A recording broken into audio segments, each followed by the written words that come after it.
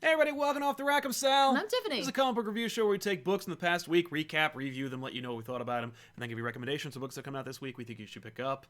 Welcome to ComicPOP. If you're new, we're going to be giving a giveaway right now. There's a number of things actually at the front of the show we're going to talk about. First of which is you could win a trade paperback and a sticker if you watch the show and use the hashtag Bloodshot in the chat right now.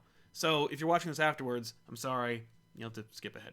But for those of you who are watching right now, you're in for a treat because we're doing a little giveaway. So the good people at Valiant wanted us to let you know that you can win at least this copy of a trade paperback from Bloodshot Book 1. That's the first several issues of the latest Bloodshot series, which you can pick up. Actually, it'll be on sale pretty soon, and it'll be available for you as soon as you win. Yeah. It's by Tim Seeley, Brett Booth, Aldelso Corona, Andrew Dalhouse, and Dave Sharp. This will be on sale on Wednesday for about $10, but you can get it for free if you are randomly selected by participating in the chat by using the hashtag Bloodshot.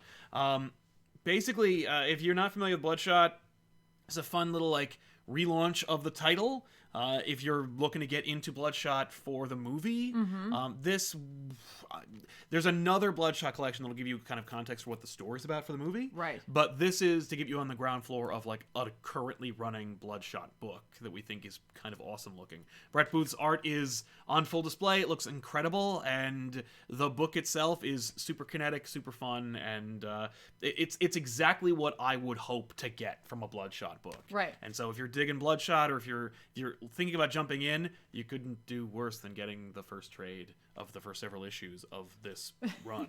So, you can win this at some point during the show. When you do win, not only is this a Valiant giveaway, it's also a ComicPOP giveaway. So you're going to get probably one or two of these fine things that the lovely and talented Tiffany's holding. We have stickers that are of high quality and also highly sculpted. You created these. You designed these and made them specifically cater for the ComicPOP viewing audience. They are, of course, speech bubbles that feature two of our most infamous or famous quotes, which you can, of course, find. Actually, this is not for sale anywhere. You can't get these stickers unless you met us at New York Comic Con this past year. We're going to be making them available in the future, but if you want these stickers, or if you want this trade, or if you want both, use the hashtag Bloodshot during the show. You can win it. You could be in it to win it. That's not how that works. My favorite quote from Ethan. And then he ran even faster. I don't know who that's referencing, but whoever it is, it's pretty funny. And of course... Are you being sarcastic? I'm being sarcastic, oh, okay, cool. Obviously. I'm talking about Quicksilver. Yes. And I play ComicPOP, or watch, or YouTube, whatever. We wanted to do something kind of fun and whimsical with the heart conceit. So anyway, check that out. Participate, and we'll get into the comics lickety split. By the way, so this episode is sponsored by Valiant. Thank you for doing this giveaway. Thank you very much to Valiant for giving us a copy and for sending out one for you guys out there. The other thing I wanted to mention is that it's also sponsored by viewers like you. Those of you who are watching the show right now can sponsor the show by using the super chats to ask a question, make a comment, and we will read it here on the program, and the proceeds will go directly into the machine that is ComicPOP. Things are crazy and uncertain, but the studio is still here after 2.5 years. The rent went up, but it's still here. Hey, it's still here. But I'm very happy with it. I'm actually building an entire section just for back issues. Not the show, and not the trade paperbacks behind me. Actual floppies. Yeah. I'm going to make it look the most like a sweet comic book store as I can. I also don't know if we're ever going to shoot anything there. I just want to use it as a kind of like library. Want it. I just want it, because right now they're all against the wall, and it doesn't make any sense. You can't really get to them, but I really like the idea of going into a room and being like, oh, here they all are. I bought a HEPA filter to help to keep it kind of like clean and fresh. Yay, exciting. I know. A lot of things happening, and you can help to make them happen by using the super chats. So yeah, we're going to check in throughout the show to remind you to win this and these. So, hashtag Bloodshot. Anyway. Yeah, that's it. Oh, also, by the way, this Wednesday, not only will this trade be available, but you can also get the second issue of Rai, which is relaunched, and the last issue of Dr. Mirage, which I know that you were a fan of that character. Yes. So check those out if you are catching things on Wednesday. We'll talk more about that later on. If you're buying comics on Wednesday, Yeah, if you're buying comics, I don't know, whatever. Whatever. Whatever. So let's jump into it. The first book I want to talk about is Justice League. I don't know why I want to talk about it. It's more that I'm going to talk about it. Well, because it's Jorge Jimenez, man, and he's great. He's great, man. He's great, man. Well, here's the thing. Okay, so I saw Scott Snyder tweet the other day that he really, really wants to do like a sequel to Dark Knight's Metal. What? And I'm like, yeah, you did that, man. It's called your entire run since Dark Knight's Metal. Yeah. Like, Perpetua is the mother of Barbatos. Give me a friggin' break. Throw me a frickin' bone here. But anyway, this Doom War has been going on way too long, and it's finally, forgivably, almost over. Almost. Literally, it's almost been over. I think for like 100. It feels like Tom King's Batman run, where it just won't stop, despite there being a termination date. Just League 37 is written by Scott Snyder with art by Jorge Jimenez. The art is incredible, and the story is fun. In quotes. Here's the thing. Is that a Starro? Yes. Well, of course, that's Jarro. Batman retained a Starro and like raised it from birth. So he put it in a jar. Hence Jarro. And ironically, he called it Jarro. Yes. He doesn't quite comprehend that it's not a good name, but... No, but Jarro doesn't care. And Jarro talks like a 10-year-old boy, and he calls Batman Daddy, and it's like really kind of tragic and sad. His greatest wish, apropos of the Sixth Dimension story arc, was to become a Robin. I was gonna say, Batman's all into this. He's like, wait, you don't have any parents? That's great. Me either. Okay. All the dark-haired boys I take, all you need is dark hair Yeah. and to look just like a miniature version of me, and we're all set. But you don't. But you're colorful. Right. And that's equally important. That is, yeah, I slap just as an R equal. on you, we're good. Right? I'm surprised you didn't call him, like...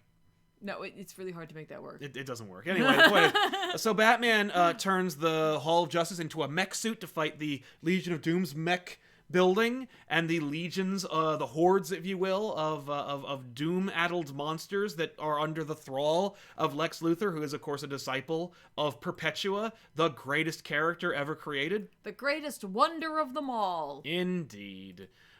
So the idea here is that, like...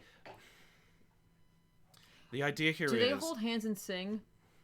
Do they hold hands and sing? They don't sing, but, like, they hope really hard. Like the end of every Scott Snyder team book I've ever read in my life. The rest, everyone else has been suckered into going and fighting the monsters, which makes for like a pretty cool splash page, by the way. Jimenez is just like crushing it and proving that no matter what book he's ever on, it'll be a book that I buy. Oh, hey, is that Swamp Thing back there? Yeah, of course, the Swamp Thing out back there. Yeah, he made it. Spoilers. He's fine. Or Snyder doesn't give a shit. But yeah, so anyway, the Justice League hold hands and hope, and try to like get rid of the, I don't know, doom signal in the sky. It's making everyone miserable and sad enough to make Perpetua want to destroy everything. Perpetua starts destroying more realities. Remember, she destroyed the Gotham by Gaslight universe. Right. She's also destroying another universe, Earth 44. Where everyone has pipes. Yeah, well, there's a dude. No, it's the Metalman universe. But like the point is, like, the planet's gonna get destroyed, and then she's like, wait a minute. My sons, the Monitor and the other retcon guy that Snyder invented, who hits a hammer on an anvil and creates realities or whatever, he won't be relevant when Snyder's off the book. Right. Those two really important characters are talking with like Shaira and Kendra Hall, I should say, and their son from an alternate reality where he's definitely not their son. That is to say, she and Martian Manhunter. Right.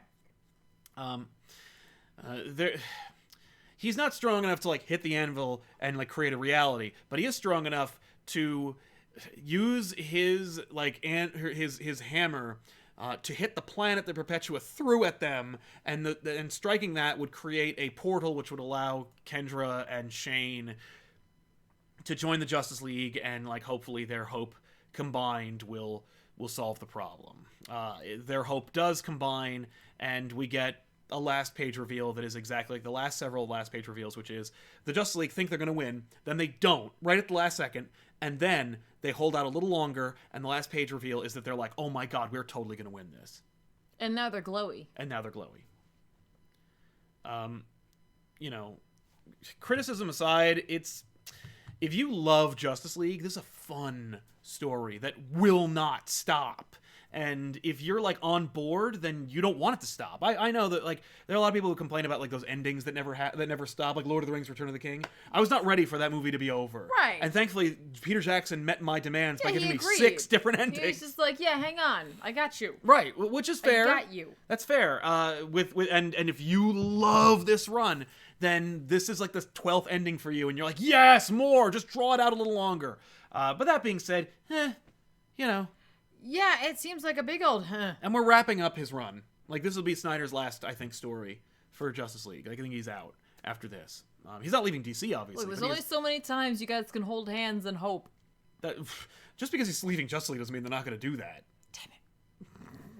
But, yeah, it's fine. It's fun. It's cool. Like, again, like, don't get me wrong. You know, it's a fun story. It's just, I wish it were, I don't know, more nuanced. I wish it were cooler. I wish that everyone got, like, for as many characters as there are, like, nobody gets, like, there are only a few people who get really, really big, cool moments, and the bigger the cast gets, the more everyone gets marginalized. So it's just meh. And I'm not alone in thinking this, but, like, you know, I will be when the comments come. As if he had helping us out in the super chats, thank you very much. Eat That Horse, continuing to consume equines, saying literally only X-Men book I've ever read was the original giant-size X-Men, which came my X2 DVD when I was 13. Could I jump in with Dawn of X, or are there certain runs I should probably read first? There's always runs you could read first, but I would recommend Hawks and Pox. Dawn of X you could jump in without much context, because like the context is the mutants have an island, everyone's friends, and despite the fact that like they've conquered death, everyone's really upset that Professor X died. So it's like, what? But at the same time, you could always fill in the gaps by being like, what are they talking about? Whenever they reference things, like when those key characters are talking about something, you're like, what's that? You can go and find those. Yeah. I would ask any X-Men fan you have, and they have 1,000 suggestions for you. X-Men. Yeah, X-Men. Somnus says, I don't know if this is late, but happy anniversary, guys. Y'all are some of the most hardworking folks I've seen. Hope for nothing but great things for you both. Well, thank you very much, Thank you Somnus. so much. Actually, in point of fact, Tiffany and I are celebrating our 2nd wedding anniversary today. Right now. Right now, with in you. Point of fact, we had a very special dinner last night. We're gonna have did. another special dinner tonight. We are? Well, it'll be special because it'll be with you. Yay. But yeah, thank you very much for the celebratory Thank you, congratulations. that's I do really appreciate sweet. it, man. Thank you. But we were figuring, we'll do the dinner last night. That way we can do the show today. Yeah. Because Valentino G, happy anniversary, you beautiful people. Thank you very much, Valentino. Thank you. That's very kind. William Schaefer, he raised Starro in a jar, called a jarro. Did he put whiskey in that jarro? Yeah. He certainly talks like he's drunk all the time, but he could also just be like a 10-year-old boy. That's so also, I don't know. It's also the name of a song. Oh, I know. Whiskey in the jar. Yeah. Well, it's number of songs. I think Metallica did one. Well, did it an album called that or something? Yes, because it's based off of the Irish song. I know, Whiskey but I'm in just the Jar, saying, and there's they do a cover of depending it. on who you ask, could determine what whiskey in a jar you're referring to. It's all the same song. Yeah, I know. Tevye Smolga says, I really wish that John Kent's Superboy was in Justice League or LEA. Yeah, man, I hear you, but he's not. He's in the Legion. So at least he's on a team. He's on a team. He's on a team, and he'll be back. They didn't just kill him or anything. Once Bendis gets weary, sick, or joins Jeff Johns' company and makes movies. What? I'm just saying, Jeff Johns is a company that makes movies, and he doesn't really work for DC anymore, but he does produce comics for DC under the company that he owns. Right. He could always do worse than bringing in Bendis and having him, like, punch up the dialogue for those movies he's producing, like the Green Lantern movie. If Bendis were to do that and leave comics, or at least leave DC, the sky's the limit as far as John Kent's concerned. So yeah, let's jump into another book. Let's do a book that you read, Tiffany. What book would you like to Well, talk you already have it open. I do have a book So I guess open. I'm going to talk about that book. Oh, great. I read Ghost Rider 2099. Yay! Who did this, and why? Who should we blame for this? That's a really good question. I think it's Ed Brisson and Damien Cucchiero. There you go. I read this book. Right. I don't know why. Because you like... I do. Because you're a sucker for Ghost Rider for some reason. I am a sucker for Ghost Rider. I don't know why, but I am. But what's really funny, too, is that you bought me a copy, and me not knowing it, bought myself a copy. So you're welcome, Brisson. There's 2 copies. Now we own 2 copies. 2 digital copies. Of this. So I can't even get it signed. No. Mail me a copy of Ghost Rider 2099, Ed Brisson. You owe me one. This takes place in Transverse City. Yeah. Which is all about movement. Right. The whole city is moving constantly. Yeah. And there's like a class system. There are those who ride like the top, like, best cars ever on like the white roads, and they're perfect, and the whole city's like always moving. Yeah, we saw that in 2099 Alpha. Right, which I assume is like, it's just a big circle. Like, It has to be. I would hope. Otherwise, you would eventually leave the city and never come back. Right, you'd just be like, this is stupid, I'm leaving. But then there's also the down rampers, which is like if you lived in Mega City. Oh, hey, something cool. But not really. Mm-hmm. So it's like, it's like also like, you don't stop moving or you'll die. So it's speed? Well, no, it's just that someone will kill you. Oh. Like, oh, you can't stop moving. That's still speed, though. Because, well, yeah, and like there are explosions, so yeah. Yeah. So a group of like a gang stops this truck, who is a truck for the company. I don't know. Demonics. No, oh. Demonics. D/Monix, because it's internet, and they think there's power cells in there, and they desperately want said power cells. And it turns out there's no power cells in there. What? There's like this like Terminator sitting there. Cool. It's like a T-800. Yeah, it looks like it. It's like a T-800 merged with Ultron. Right. Kind of. Do they even bother to combine it with Ultron? No. Damn it. Right? So, it's just Metallo. No, it's true. It is kind of like that. And there's a guy there who's, his name is Zero, and Zero has a leather jacket on that has a skull that's on fire. Dope! So you know already what we're doing. You already know what's happening. Yeah. So he's a great hacker. So like he uses a machine that's like sort of like Ghost in the Shell, and like much like you would see in the 90s, he goes into the internet. Yeah, like Lawnmower Man. Sure. And he like shuts down the security system for this place, which is where they found the skeleton metal thing. And then we check in with Demonics, who headquarters is a mobile headquarters. Right, because they live in the grid. Yeah, and like their main concern is building more white roads, and like What are white roads? The white roads are the roads that the like rich people like ride on. They're like perfect and smooth and like fantastic, and it's like literally like the most first world problem I think I've ever heard in a comic book. I'm sure that's not true. That's just what it feels like right now. Sure. But they're already behind schedule because they like needed to take control of some of the down rampers like road area so they could build roads. And this dude came up with this system of like, well, we'll use this like robot guy to help clear things out, and then we can build stuff. Okay. Look, I just need to get a metal robot into this comic so that I can make Ghost Rider out of it. Why not? Get off my ass. Why not just cut through all that and not do that? Because like, why not just say he's a robot? Because we also have to have like a tragic turn of events so that like it makes Ghost you Rider, think of like Johnny Blaze, but like, oh, but here's the twist.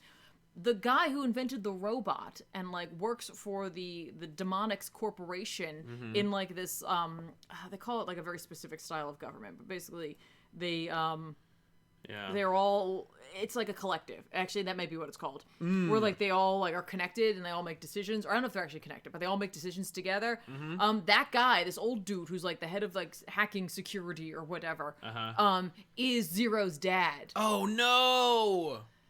What? And so when they find out that like this gang is like taking over the truck and like has hacked the security system, and now the company can't even get into it because he did such a good job of like rerouting the firewall and all that crap, that they realize it's his kid, and they're like, well, I normally the collective would make the decision, but instead, you're just gonna make the decision on your own. Right. Is the collective and Demonics more important than your son? Right. And he's like, yes. What is Sophie's choice? Yes. He's like, here's the thing. He stopped being my son when the moment this he happened. crossed me. Exactly. And so they set the self-destruct. He commands that they set the self-destruct. He commands it. And Zero tries to warn his friends, even though he's still like in the mainframe, I guess. And Is he hacking the mainframe? Yeah, he's hacking the hell out of it. Oh man. But he's trying to warn them that it's gonna explode. They get out. Yeah. And he's still in there because his body's in there. Right. And the truck blows up, and it doesn't matter. It kills all his friends too, because it's like a huge explosion. Oh no. And he dies. Yeah. And then he goes to Ghostworks. What? Which Is that the company that's making the next Ghostbusters movie? That's the Ghostbusters rival company, Ghostworks. Yeah, they were more like hardcore, hands-on, offensive Ghostbusters. Yeah. Yeah, they come in like hazmat suits. You think they're uber effective, but it turns out there's some like dirty secret they got going on. That's a great pitch. But it's hell, because every culture, every world, every whatever has like a version of hell. Is Mephisto in this book? No, it's Blaze. What? Blaze is the king of Ghostworks. Still? Oh, of Ghostworks, right. Well, because Ghostworks is hell. Oh. So in this, they're like, no, it's fine, whatever. Like, from where we are right now, he's the king of hell. And, like, he's essentially like, yeah, you died. And because of, like, the life you led, you're here now. So sorry. But, like, hey, I'll make a deal with you. Because I've been where you were. Johnny Blaze makes the deal. Except That's he's fun. like, here's the thing. And this is where I'm like, okay. I kind of get why you did this, but like all the stuff at the beginning is really unnecessary. Yeah. But I need to fill all those pages. But he goes like, I made a deal to save my dad. I get the feeling you have a different reason. And to get your dad. Yeah, and that's exactly what it is. He's like, there's a body out there I can put your soul into in your mind that like you can get your vengeance. Yeah. And he's just like, you'll just have to do some stuff for me. And he's like hacking. He's like, and some other stuff. Yeah, like hacking with like a with like an axe. Yeah, or like hacking with the pen and stare. So like they send Shield possibly or some other group. Can't be Shield. Well, God only knows. They called them Shield. They're like, we have some Shield agents in our pockets. That's frustrating. But then like these other dudes are there, and they have like a very like Captain America-esque like general coloration to them. Yeah. And they're there, and they have the robot, and they have it like tethered down, and then all of a sudden it starts talking, and it gets up, and they're like, oh crap, nothing's worth this. Yeah. And so they all start trying to fire on it. Nothing's worth going into a Ghost Rider book. Well, yeah, that's part of it too.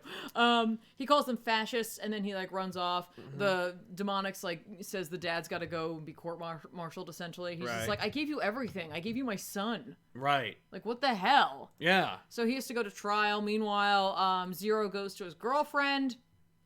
And he's like, Kylie, it's me. And she's like, no. Gross. You're a robot. Yeah. No. She doesn't buy it. And then, like, a rival gang shows up. Oh, no. They look totally boss and The cool. artificial kids show up because, like, Demonics put a hit on any of the, rampers or whatever they are.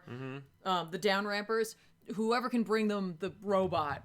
Right. Will win money or like get promoted. White roads or whatever, get promoted. Nothing. They're not getting anything. No, be honest. they're gonna die. This doesn't matter. Oh my God, this is still going. Oh, it doesn't stop. Basically, we gotta wrap this up. Demonics wants the robot back because they're afraid they're gonna be called out for what they did because no one's supposed to know that they're dirty. Right. They're a dirty company, you know. So then he fights them off. He ends up grabbing a chainsaw. He attaches it to his arm, and then he goes after his dad, who's in the middle of the court-martial. Like, he kills everybody there. The book gets uber violent. Cool, okay. And then he finds his dad, and he's like, I'm Zero. And he's like, no, this is great. He's like, you killed me. Because, like, he sees, like, a recording of his dad. Oh, no, Johnny Blaze shows him his dad selling him out. Right. And he's just like, you killed me. You decided to do that. And he's like, yeah, but look at you now. Like, with this body, like, we can totally take down the down rampers. Blah, blah, blah. He's just like, I hate you, basically. And then he kills him. Right. And he's just like, I can't forgive you. And now I leave. And I will seek vengeance on all those who suck. Yeah, with my sweet flaming chainsaw. Well, hand. it's a chainsaw it's instead cool. of a chain. Oh, yeah, that's cool. Machinery. Get it? Listen, here's the thing. If you miss the 90s, and I mean this legitimately, I'm not like even saying it sarcastically, like if you miss 90s comics or you're looking for that 90s nostalgia punch in the face of like kind of something that's or cheesy, chainsaw to the chest. Yeah, chainsaw to the chest and or splitting you in twain, or you want like just something like cheesy and over the top and ridiculous, because sometimes you do want that. Like sometimes that's okay. That's 100% what this is. Totally. This is ridiculous and over the top and probably completely unnecessary, but it does 100% live up to what I think of when I think of 90s Ghost Rider and a little bit what I think of 2099 originally. Right. And so like in that, it does exactly what it set out to do. Right. Here it is. Here's Ghost Rider 2099. Anybody want it? I don't know, but I've freaking read it. Yeah, cool. Thank you. No problem. Missy M says happy anniversary. Thank you so Thanks, much. Missy. Debashish Mahaptra says, Sal, I loved your narration on Mr. Sunday's video. Hope you guys do more collaborations together. He mentions you and Backish is often on his podcast. Yeah, man. It was a rare treat. I'm really lucky to have been a part of it. If you're not familiar, Mr. Sunday Movies is an incredible channel that has way more subscribers than us and is way more culturally relevant. But they did a video, or really James made a video, kind of highlighting the history of It's almost Shadows. like a documentary. It is like a mini documentary about Shadows of the Empire and its cultural impact, which is really near and dear to my heart because, like, basically I did like a lame armchair version of that on our back issues about it. Yeah. Where I'm like, hey, it did this. It's a video game. It's a movie. It's a comic, or it's a comic book. No but, like, movie. He really dives into it, but it's really approachable and like really digestible. And like a lot of work went into it and created these like amazing 3D sequences of like moments you'll never see from the book.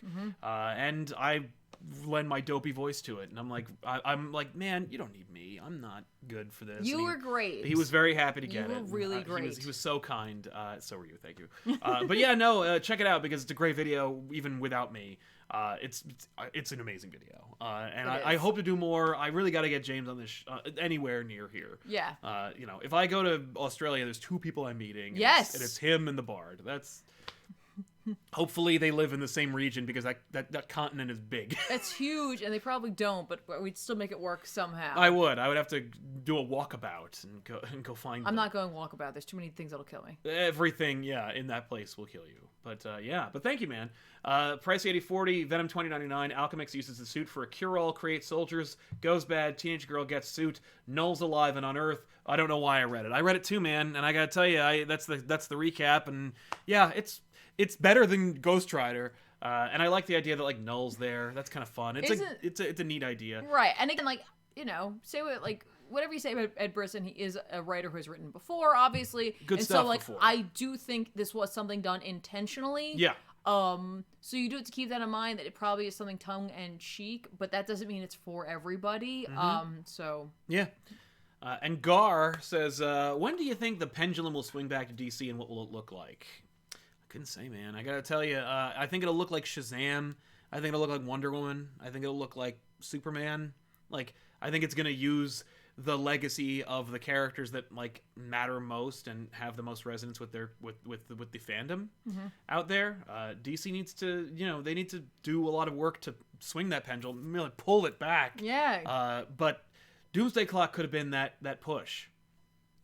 It won't be anymore, but yeah. I would love for it to have been. But yeah, jumping into more books. I read Batman 84. You did? I did, because we're almost done. Yeah. So okay. The art in Batman 84 is great. Okay. I'm trying to actually pull it up here. Hang on a minute. Because yeah. But yeah, Tom King's run is ending pretty soon. It's wrapping up very soon, and so as such, like many of us are like, well, what's gonna happen? Right. How's it gonna wrap up? Oh man, who was it? Here we go. Jorge Fornes. Oh. Jorge Fornes' art is like David Mazzucchelli's art from year one. Yeah. It's like a Lee Weeks kind of like Mazzucchelli. It's great. The story is a kind of like flash backwards book where it starts at the end and it ends in the start. Herp a derp. I haven't seen that 1,000 times. But listen, like, this gives you the context. Like, why would Thomas Wayne from Flashpoint ever join Bane? Why is he on this weird quest? Like, what's he doing and why is he doing it? Well, Tom King has finally decided, after 84 issues, to tell you. Oh. And what happened was, because I read it backwards, and actually it reads way better reading it backwards. I know that's like frustrating because it's supposed to be like he's doing a convention. You're like, oh, right. But it actually does read better backwards because it's told backwards. Right. Basically, Thomas Wayne makes a promise to Bruce that's not too dissimilar from the promise that Bruce made to his parents after they died. But it's like, I promise that I'll do what I can to keep you alive or whatever. And then Bruce dies, and Martha is like, loses her mind and becomes the Joker. And of course that Brian Azzarello book that like referenced that. We find out that Martha Wayne killed Alfred. So Tom King just doesn't like Alfred. Yeah, he really has a problem with Alfred. Screw Alfred. He's an idiot. He needs to die. No, I don't know if he thinks he's an idiot. No, but like Alfred two died. Different things. I know, but Martha Wayne kills Alfred. And then, Thomas becomes Batman and he just starts killing people. He kills the Penguin, he kills Bane, he kills Kite Man and Mr. Freeze and Riddler. And then he's face to face with Selina Kyle, Catwoman, and for some reason he won't kill her. And Fornes does this incredible homage on that page to a Daredevil book that was written by Miller. And for some reason, he does the exact same page, but in this sequence, and it's the most amazing page, and of course, he's, like, doing an homage, but, so anyway, Thomas decides to team up with Selina. He finds out she's amazing. The two of them go on, like, a merry band, a merry, adventure together, where, like, they're partners. He becomes, like, kind of a big fan of Selina, and, like, wishes that she would be with Bruce if Bruce was alive. You know what I mean? So this is where his obsession with her and him get together. Of course, Martha shoots Selina Kyle dead. Sure. Which brings Thomas back to hating everything and being like, he basically... we flash back, and then we cut to the point where Thomas is in Bruce's room after Barry tells Thomas that Bruce becomes Batman in his universe. And then in the actual Azzarello comic, Thomas tells Martha that in the alternate reality that they're supposed to be from, they're supposed to be dead and Bruce is supposed to be alive, and Bruce is Batman, so then she killed herself. And that's what happens in the Azzarello book. Right. But in this, he's like, your mother killed herself because you became me. This world sucks, Batman sucks, you should never be Batman. And then he fills in the gaps for like Flashpoint, and then he fills in the gaps for the Button, and for whatever reason he like deliberately changes like continuity and stuff. So like in the sequence with the Button, Barry and Bruce are on the cosmic treadmill, and they're like saying goodbye to Thomas, and they deliberately, apparently according to King on Twitter, which is a great source for where you need context for your comic books, he deliberately told the artist to draw Reverse Flash instead of Barry in the memory for Thomas seeing Bruce and Barry on the treadmill. So that's what we get. We get an image of Bruce and Reverse Flash, Eobard Thawne, on the treadmill instead of Barry Allen. Why? Screw you, that's why. Then we find out that like Reverse Flash saved Bruce or Thomas from the unwriting of Flashpoint and brought him to this reality. And when Thomas then hunts down and follows around Selina, he finds out that like Bruce is with Selina and that they're happy. So then he decides like, okay, I'm going to basically find the guy who's trying to destroy my son. And after interrogating the Joker and saving him, he meets up with Bane, and he's like, I know what's best for Bruce, so I'm going to help you break the bat. And so here we are. What? It's just a whole bunch of context for like, this issue fills in all the gaps for why everyone acts like a crazy person in the entire run for Tom King. Wait. But part of the Bane plan was to get her to not marry him. Yeah. Also, Bane killed Alfred. So anyway, then Thomas punches Bruce, and then the book ends. So next issue, hopefully, it'll be over.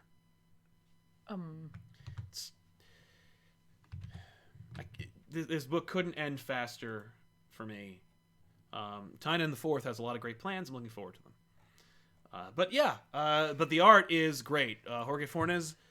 It does look really cool, and I hope he gets more work. He will. Like, he absolutely will. He will do a... He'd be a good Justice League Dark. Oh, yeah. Well, Like, he'd be a great Batman artist. He'd be a great... No, I'm just saying. But yeah, like, no, you know I what agree. mean? Like, He'd be great on... He could do lots of things. Oh, like, yeah. so that's exciting. He'd be great on... Well, I take him on any street level book. Any street Daredevil, level, yeah. Spider-Man, Batman, Nightwing, any book. Any, also, like, Black Label. And any Black Label. Because it has that kind of feel. Yeah. Well, he does people really well. That's fantastic. And he can draw the costumes without making people look stupid. Which is like... Yes. With a realistic style, it's hard. Yeah, I hear you. To square that circle. That's great, though, like, art-wise. Yeah, so exactly. Exciting. So I'm That's very the excited positive about that. Right. for us. What else you got? Oh, do you want to do any super chats? Yeah, I guess we should, right? Because we have one Mm-hmm. from Hardy34, who has a very big generosity post. Thank you very much, Thank Hardy34. you. 34. Hey guys, it's your friendly neighborhood EMT. I wanted to tell you guys thanks. I was recently going through a bad point in my EMS career and dealing with depression. After binging your content, it put me in a headspace to ask for help. You guys are my heroes. I'm so glad you were able to find the inner strength to ask for help. Because that's like the hardest step for many people, is to admit that they need help from anybody else. But it's an amazing step to take. Because just because like you're an adult doesn't mean that like you should have to bear the burden of that kind of like stress by yourself. No, absolutely. And honestly, man, like, you're an EMT, you're the hero. Let's be perfectly like honest there. Yeah. I just make fun of Batman. Like, But, you help people and save lives. Thank you so much for that. And like, if we did anything to help you get there, that's Thank you. awesome. Yeah. But like, like, it was really you. It was your strength. You had it in you. Agreed. You want to talk about Excalibur? Do you want me to talk about Excalibur? Yeah, why don't you talk about Excalibur? I just talked about Batman. Oh, okay, sure. Excalibur, I kind of dug it. Yeah. Wow. Yeah, I thought it was fun. Really? Like, oh, okay. That's funny. I enjoyed this book, but I felt like it was a little sloppy. It was. Like, it wasn't as tight as it should have been, in my opinion. None of the X-Men books are. Okay. But, like, I still liked the story. I just felt like... Yeah. No. Like, there was just some stuff that was, like, clearly just stretching out a section so we could get to another section. Big time, yeah. But we find Richter... Obviously not Andy. No, we've changed the Richter character. Now he's like afraid to go outside and his powers run amok. Right. So, you know, that's what Richter is. He's there. He's doing his thing. We find out that Krakoa has some sort of like Reddit style Reddit posting thing where people can ask for things about the island, going to the island, if you're on the island, and clearly Richter has a throwaway account and is asking about whether or not Krakoa can help him control his powers. Right. That's a fair question. Oh, definitely. And they're like, I don't know. Well, what are your powers? I can't talk about it. I can't talk about that. I don't want to talk post. about that. Yeah. Delete account. Get out of here. Yeah. Fun use of the convention. Yeah. No, absolutely. But we check in with Morgan Le Fay, who checks in with her, like, you know, coven. Cult? Yeah. And they're like, yeah, so, like, things didn't go quite as planned. We didn't get rid of Apocalypse. Nope. And also, no one gives a crap that Betsy Braddock is Captain Marvel. Captain Britain. Because, like, Morgan figures because, like, of the time she lives in, or the place that she lives in. Right, the other world. Yes, that the changing of, like, the British, like, you know, like, Avatar? Defender will make a huge stir that it's a mutant. And it's and like... it wasn't. It's like, I don't know if you know this. There's literally a random-ass island that cropped up out of nowhere. Yeah. It's infecting your entire world. Is why you're declaring war on them. Exactly. We also deal with the fact that Shogo's a dragon, and it turns out that, like, Gambit says it has to do with, like, the fairy folk, which is interesting. Yeah. But, which I was like, that's kind of cool, because fairies in lore traditionally do have a fascination with children, and you're taking them away. But then... Yeah, if you're familiar with, what's that movie? Labyrinth. There you go.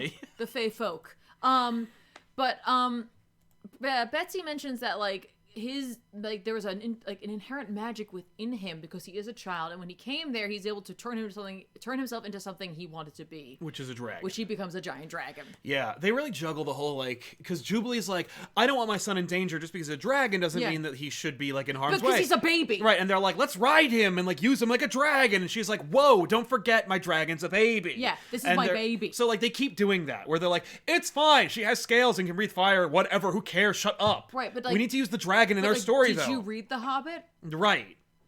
All it takes is one loose scale and it's all over. That's true. However, they also balance, at least in the first set of it, Gambit being like... Yeah, you guys are all having fun. Because, like, they're all focused on, like, my kid is a dragon, but he's here and he's safe. And, like, my brother is, like evil, a bad guy, but he's safe. And he's like, my, like, wife... is the light in a lighthouse and hasn't moved in days. and Apocalypse is her babysitter. Yeah, so like I shouldn't be here. Exactly. And I'm like, I appreciate that, Gambit. You Right. fought really hard to be in a relationship with Rogue. Yeah. They're also in like crazy like D&D style versions of their costumes, Which is dope. it is dope. We also find out that Shogo can communicate by showing images, like adorable childlike images of like things that he wants to do, where he's like, no, you can ride me, it's cool. Yeah. And then like when his mom's freaking out, he shows like a little chibi version of himself and her like hugging. He's Yeah. like, it's cool, don't It's worry cool. about it. Yeah. So they decide to storm the castle, basically. Like they have Shogo do like a flyby while Morgan's on the on her mirror on her phone. Yeah. Her mirror phone with the coven, and like he can see that she's in there, and like she's like, what the hell? Yeah. By the way, Betsy Braddock's costume is awesome. It is awesome, and she can read his mind, or she can see his thoughts at least, so she knows that he has that Morgan's in there, and she doesn't know about her brother. Yes. So they attack the castle. With the three of them figuring like we're good to go. Gambit uses his powers one time really cool, and then they don't do that anymore. Yeah, and then they forget Gambit's in the book. Like literally they just go like he takes his hands and he like uses his powers on one of their shields, which just blows away an entire like section of the troops. I'm like, Super genius. cool. Genius. But yeah, Brian Braddock has been like brainwashed Yep. and he kept in like a chain suspension room. Then they unleash him on them. This is the thing where I was like, what the hell? Where like I go, okay, so when are they gonna like break the spell? And then they don't. Well, no, and I'm I like, mean, like, what? there is something Arthurian about this with siblings and one goes bad, and you know what I mean? Like, there Yeah. is something very much, like, you know, that we've seen within there, which is admittedly kind of cool. Yeah. But basically, he is so brainwashed that he's just like, oh, I have to kill the Pretender. You're not Captain Britain, having completely forgotten that he gave her the powers. And that he was Captain Britain. And that he was. Yeah. You know, Betsy realizes they have to fall back because things aren't going well. They call Shogo in, who like releases dragon fire down on the troops, the stormtroopers they have, because like they're not quite people. You know, like they don't have consciousness, or they do. Yeah, well, it's kind of like Betsy weird. says like there's something wrong with them, Yeah. and it could just be that they're like maybe enthralled or what have you. Yes. Meanwhile, Apocalypse is like trying to build a gate, and it's like not going well for him, and he's like, okay, you know what? I need Right. someone who can actually like communicate or do something with the Earth. Yep. So Can move it, can so to move speak. it. Oh, Somebody who needs something. someone who can move the Earth for Apocalypse. But he calls in Richter and brings Setting him that there, and he's just like, no, it's cool, man. Like, basically, Richter's like, I can't leave. Like, Right. I'm afraid of my powers, basically. Apocalypse was like, I got this. I know how Apocalypse that is is. like, you're a mutant, man. Yeah. Snap out of it. Be Don't proud. Be Come to your afraid. cool island. Yeah, But come on. first, come with me into my weird office. And he's Yeah. like, I heard there was like a party and like orgies and stuff. Yeah, which I really appreciated, like, because he immediately assumed they were going to Krakoa, and then he's like, oh. Oh, I'm in like Dad's office. This is not fun. This is, okay, well, cool. I guess we're gonna do chores first. Yeah. And then, Pete Wisdom shows up. from MI13, and because basically Morgan was like told the Coven to figure out a way to find out, or to let the world know that Betsy Braddock, a mutant, was now Captain Britain. Yeah. And so they like released information Right.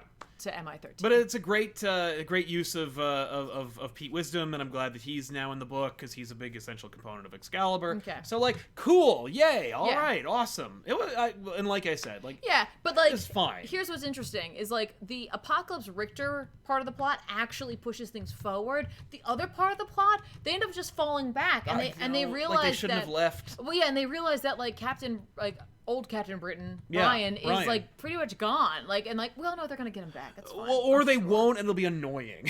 All right. But like, But you know what I mean? Like, they're like, oh no, there's nothing we can do for him. So it was just like, we just went on an adventure with them to go Yeah. on an adventure, and I guess that's fine. well, and that would explain, like, well, and it's funny how like or Gambit is like, this is all bullshit, and then it's like, yeah, no, it is.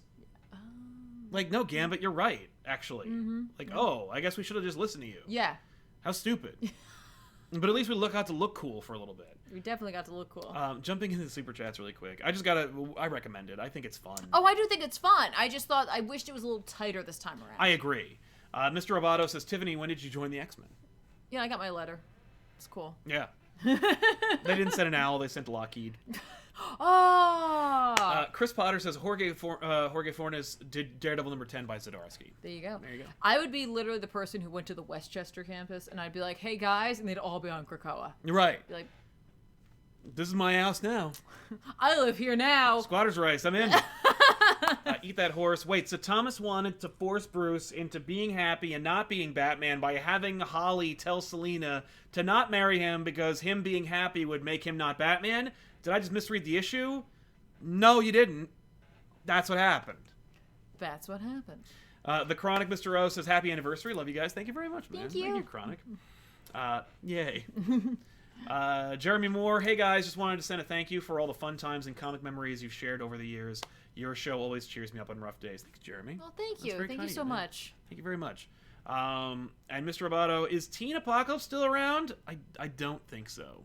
But maybe. You know, I don't know what became of him before Hawks and Pox. The fact that he didn't show up in any of the books makes me think, like, in the most recent stuff, makes me think that he'll probably be in some way, like, a thing. Right. Since Apocalypse, I think, is being set up to be, like, the main bad guy of Hawks and Pox. Or of the Dawn of X. So we'll see. And Z-Berm says, I highly recommend the new Harley Quinn show on DCU. I think you guys will really dig it. Yeah, I gotta check it out. Yeah. Well, I'm working on something with DC Universe right now. Hopefully it'll happen. But it will require me to watch more Harley Quinn. TB says, any thoughts on the start of CW's Crisis? First episode was better than I expected, but I've only seen the DC Universe shows before this. Love the cameos. Yeah, I saw the cameos. I didn't watch the whole thing of it. You know, it looks pretty cool. It looks like a TV show. Yes. You know, like Well, there is something to be said though for like regardless of like production quality, right. like it's doing the best. So ambitious and it it's is so incredibly fun. ambitious and like it's something you probably never thought you'd ever see. So Nope. I mean, like I think there's something to be celebrated there. That's true. There's a great cameo by Burt Ward as Robin, kind of. He's not Robin. They didn't squeeze him into a Robin suit, but he plays Dick Grayson, and he says something, and he gets to give a holy line. I think you could have gotten away with him going, "Holy shit!" Missed opportunity, I think. I don't know if they could do that on I think CW. you could. I think you definitely could get away with that. Be the only time you could use it. Maybe. By the way, if you use the hashtag Bloodshot in our chat, you could win the first several issues of the newest run, which is available on Wednesday for about $10. So you can win this for free. Hashtag Bloodshot in the chat right now. You can also get one or two of these stickers here, which are from us. They're our stickers. We made them. And, you can wave your ComicPOP flag proudly. You can fly it high. That's right. So, yeah, let's see. What else we got? We got a lot going on. We do have a lot going on. Wait, you want to do Die? Yeah, I'll do Die. Let's die. Number 10. Die number 10. Die number 10. Who did this?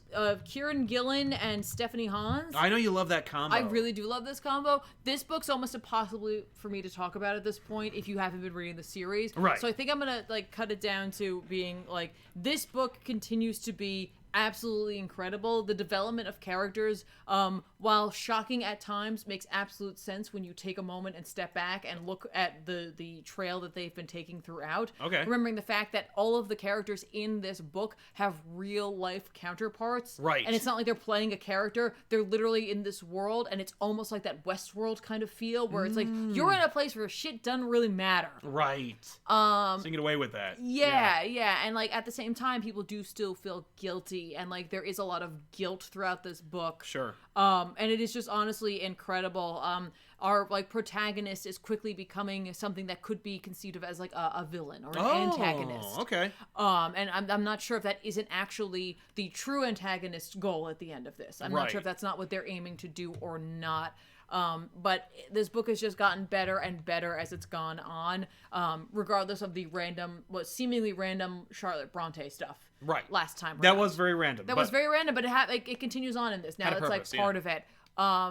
So there's something to be said for that, and like it's I guess the idea of where the creation of it came from. Right. The art just keeps getting better and better as well. I feel like Stephanie Hans is getting not only more consistent, but also a little more daring in her choices of not only panel layout, but like use of color and use of like design overall. Yeah. So it's really cool. This is a cool flashback. It's a gorgeous book. It is a gorgeous book. It is a treat, especially if you are a fan of D&D, that type of games. But if you just like good story and character development, this might be something you're into. That's fair. I will talk very, very briefly about Amazing Spider-Man number 35. This is from Nick Spencer and I think it's Oscar Bazaldua. This This is Are we still in the 2099 stuff? kind of. Or are we coming out of it at this No. point? Okay. Are there a lot of Doom bots? Yeah. Doctor Doom takes over Manhattan in the last issue, and like unleashes an army of Doom bots, and Spider-Man teams up with his sister Teresa, and they track down the Chameleon, who. This is a really terrible issue, and the art makes it even worse. Oh, you don't like the art? I haven't seen it yet. It's unforgivable. Really? It's like an afterthought. I don't understand why they would think that this is appropriate for like a AAA book like Amazing Spider-Man. I just can't forgive what they've done. That neck is out of control. Whoa, his hand! I can't forgive what they've done to this book. This is like either a fill-in or like they screwed up, but there's just no forgiving what they've done with this book. This was not worth the cover price. I'm like embarrassed for them that they did this. This is a major book, and it is just, and it's like supposed to be important. Like Spider-Man finds out about like all his various futures and stuff. Like they literally make a reference to Rain and like the Straczynski ending. Like there's a lot of interesting stuff that is hinted at but not shown or done. Mm-hmm. And also it looks horrible. I don't understand. What happened? Like, I don't know what happened, and I feel like they're gonna pat themselves in the back about it, so I'm not gonna talk about it anymore. Just don't get this book. It's enough to make me go like I'm gonna quit Spider-Man for a while, like until they get their shit together, because it's just like I've already felt kind of weird about Spencer on this book. Yeah, but This is such excited, This is such a throwaway issue. It doesn't matter. The story arc is stupid. The 2099 thing, because Spencer's writing the 2099 thing anyway, it's like it feels really self-serving. Mm-hmm. There's nothing about this that says this needs to be told. There's nothing about this that says this is fun to read, and it's not worth the price. Like the art and the story combination is not worth the cover price. It's just so unforgivable that. Like it was like they forgot they had to put it out, and they just slapped something together as quickly as possible. I don't get it, and so I can't even fathom it. It's the worst book it's the worst mainstream book of the year. Wow. I mean, like, right? Read it and tell me what you think. But like, I think it is the worst book of the year. For both? No, I'm just saying it's the worst. I meant it's like the worst single issue. Oh, this book. It's the worst single issue of 2019 Okay. from a mainstream publisher. Wow. You know, and I don't like the Tom King run, but at least like the art is good sometimes. Ooh. I don't get it. Fired. Like with the Tom King thing, you can argue it. You can't justify this. It's a mistake. That's what it is. It's an abomination. It's an abomination. This is a gargoyle. This is a gargoyle. The only thing that isn't an abomination is the Batman universe ended with its 6th issue from Bendis and Darrington. This book is a triumph. Batman universe is the highs and the lows of this episode. I can't handle it. Batman universe is one of the best books that DC's put out with Batman in it in years. It trumps the Tomasi run. It beats anything by Tom King. It was just great. It was joyful. It was fun. It pushed boundaries with art. I've never seen Batman like this before. The attention to detail, the amount of like scope, the care that went into the character work, the willingness to have fun with a character who is notoriously not fun. Like Batman is not fun. He is decidedly not fun. He is angry and miserable and bitter and brooding and dark. There is joy and fun in this book, the likes of which I have not seen in a Batman title in years. Okay.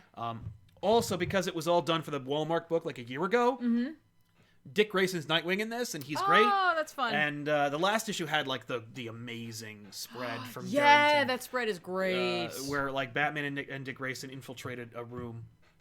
Just great. Yeah. Darrington, if the book were drawn by anybody else, it would be a pretty fun story. Yeah.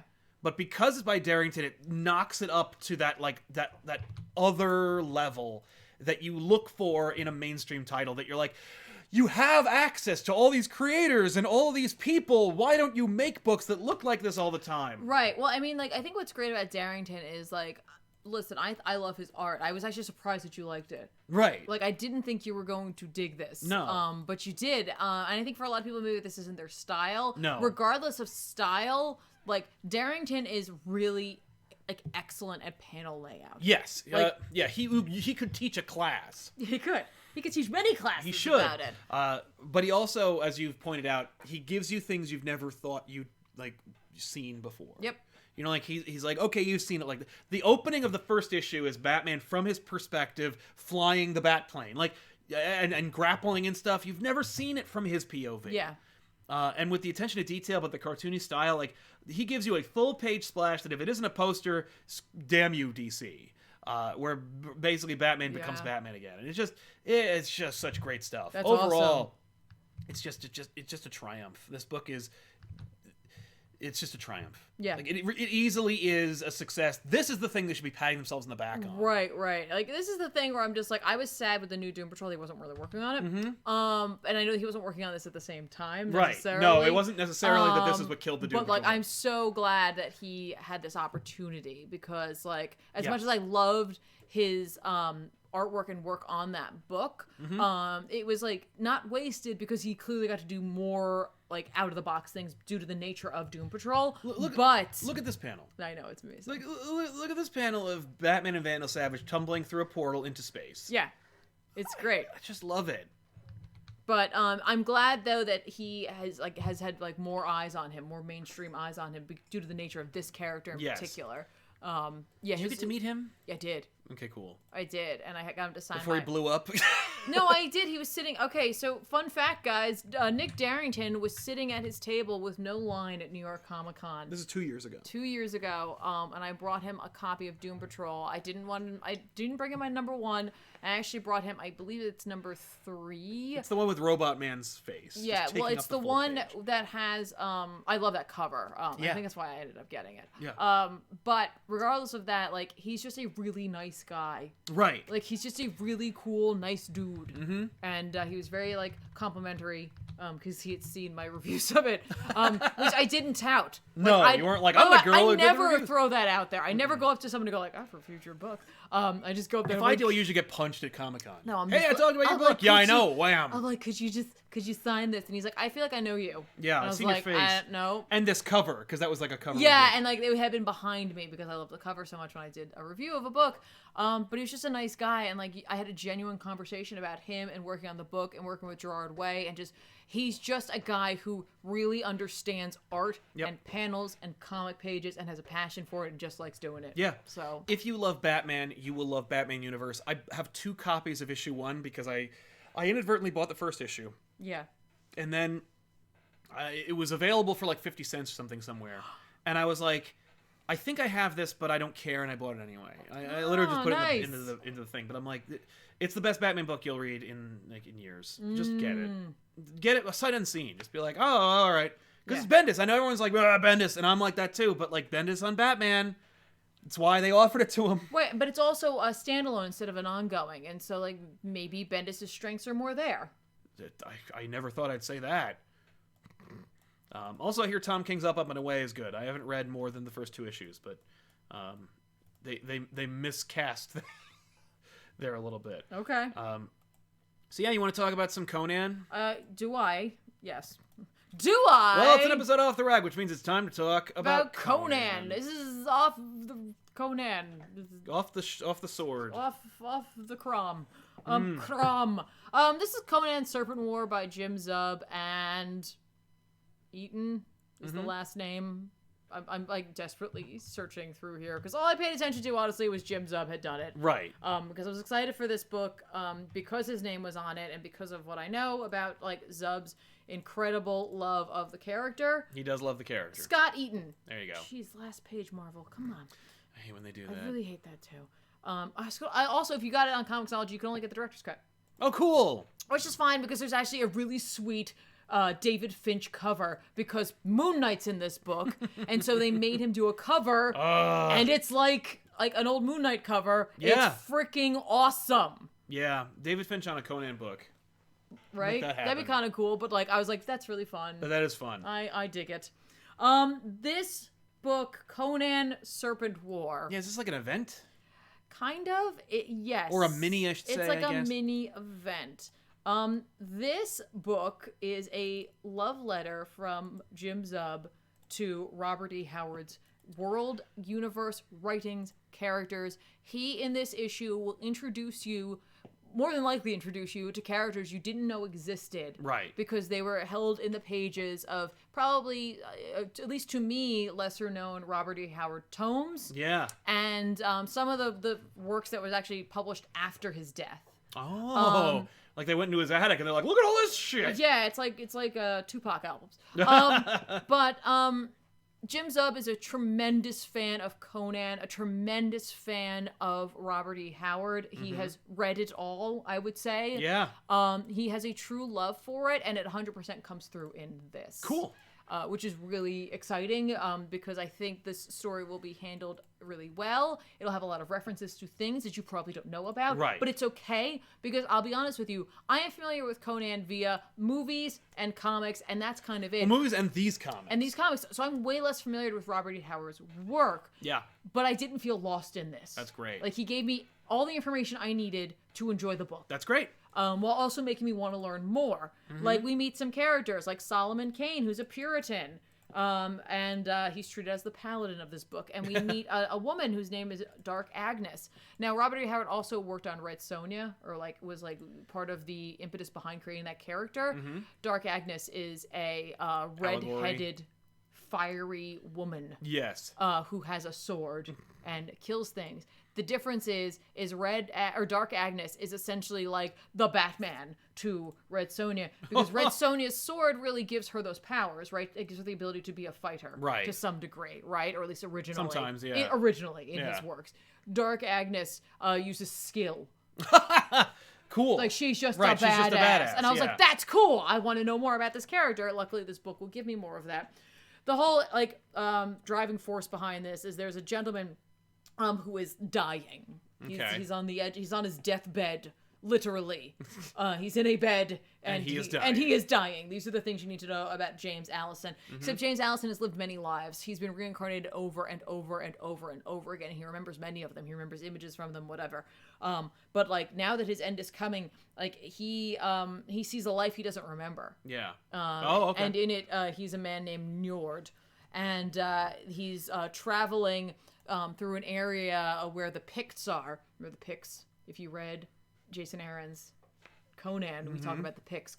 Conan goes and deals with the Picts. Okay. So he's a character seemingly in the Hyborian Age. Right. And his people make peace with the Picts, and then they go to this area they're not supposed to go. They warn them, don't go there. It's cursed. It's real bad. When they go there, they find a serpent who serves the god Set.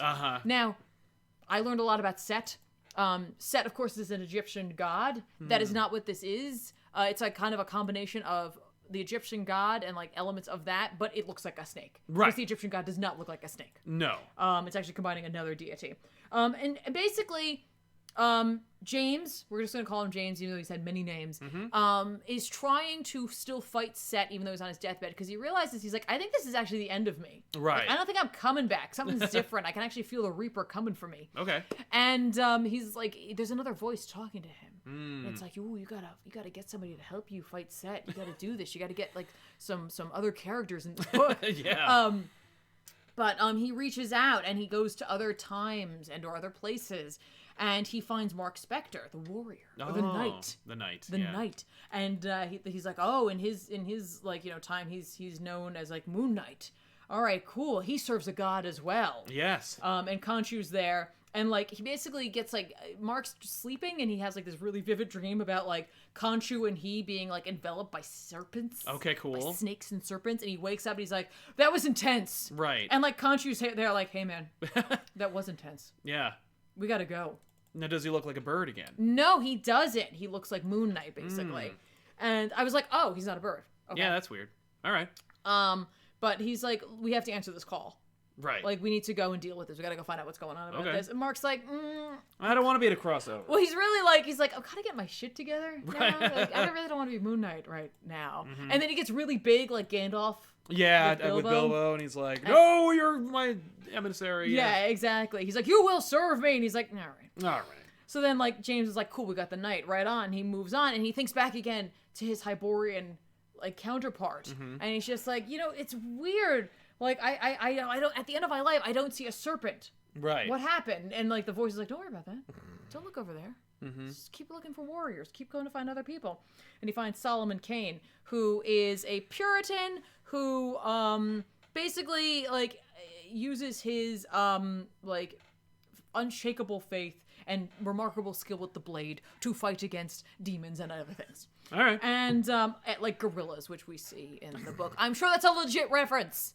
Because Zub wouldn't have put it in otherwise. Zub wouldn't just be like, kill gorillas, by the way. And gorillas. They mock us. Whatever. I don't care. Yeah. But, like, he's on, like a case or a mission or whatever. And, like, they're going, like, he and, like, this guy who's, like, helping him, like, through the streets of, it's Dunbar Castle in Northumberland. Oh, Northumberland, yeah. Really? Yeah, I know what that is. Oh, yeah. okay, cool. Right on. There's, like, a door with, like, these, like, intricate handles, and, like, the guy's like, ooh, maybe there's gold here, and he goes to take it, and it turns into snakes, and it bites the guy. Right. And, like, Solomon leaps into action, so now he's entwined with this. Oh, no. The serpents. He's going to be following that, follow the trail of the serpent.